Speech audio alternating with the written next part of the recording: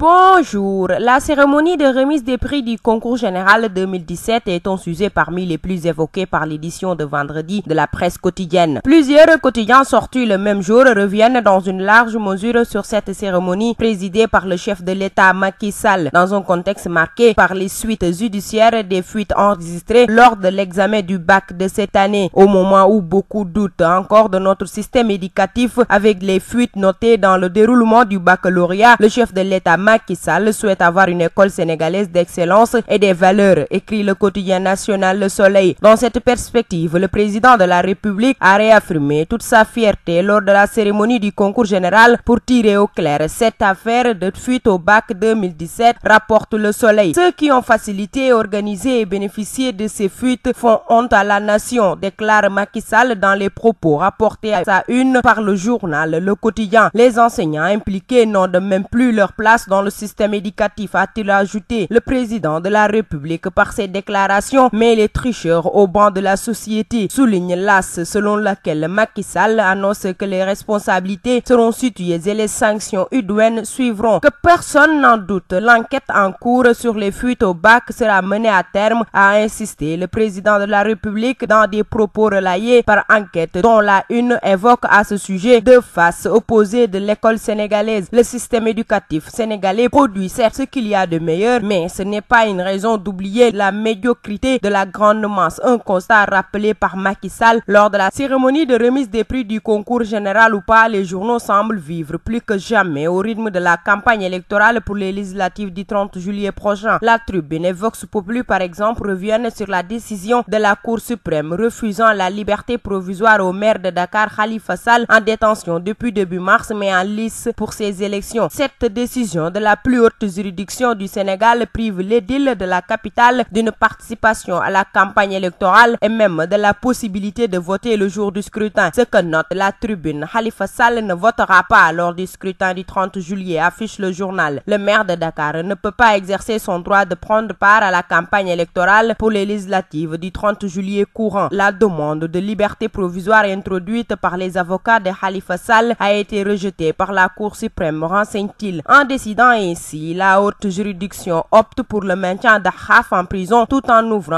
un boulevard pour sa tradition devant une juridiction de jugement, écrit la Tribune, imité par Libération, journal selon lequel Khalifa Sall en route vers un procès à risque, alors que le parquet avait également opposé son veto à la nouvelle demande de liberté provisoire introduite par le maire de Dakar devant le doyen des juges. La tête de liste de Manko Tahaou Sénégal roule tout droit vers un procès qui risque de révéler des surprises, écrit ce journal. D'où le sentiment d'une décision capitale a été rendue qui risque d'impacter grandement d'une manière ou d'une autre la suite de cette affaire et sans doute la trajectoire politique de l'actuel maire de Dakar. Ce que les protagonistes de l'affaire semblent parfaitement percevoir comme les avocats des deux camps, ceux de la tête de liste nationale de Manko Tahaou Sénégal en range, là où ceux de l'État se disent satisfaits, rapporte Vox Populi à sa une. Walf Quotidien évoque le pari risqué de Wade, l'ancien président de la République, tête de liste nationale de la coalition gagnante Ouattou Sénégal, dont le Parti démocratique sénégalais PDS au pouvoir de 2000 à 2012 constitue la principale composante. Walf Quotidien fait allusion à la décision de cette coalition de marcher mardi prochain pour le retrait des cartes d'identité biométriques qui feraient l'objet de rétention par les services du ministère de l'Intérieur et de la Sécurité publique. Le ministre en charge de ce département, Abdoulaye Daouda Diallo, avertit justement que ces services ne vont tolérer aucun débordement. Il y a de la violence en l'air car Wade et ses alliés sont déterminés à manifester au centre-ville le 25 juillet contre la rétention des cartes d'électeurs comme Walf Quotidien. Seulement, ajoute-t-il, ils auront en face de l'arrêté Ousmane Ngom qui interdit toute manifestation politique du Cap Manuel au rond-point de la porte de Médina. Et pour terminer, l'État va prendre toutes les dispositions pour garantir la sécurité des personnes et des biens, avertit Abdoulaye Daouda Diallo dans les colonnes de Sud Quotidien qui parle de mise en demeure du ministre de l'Intérieur et de la Sécurité publique à l'endroit de l'opposition. À vos journaux et très bonne lecture.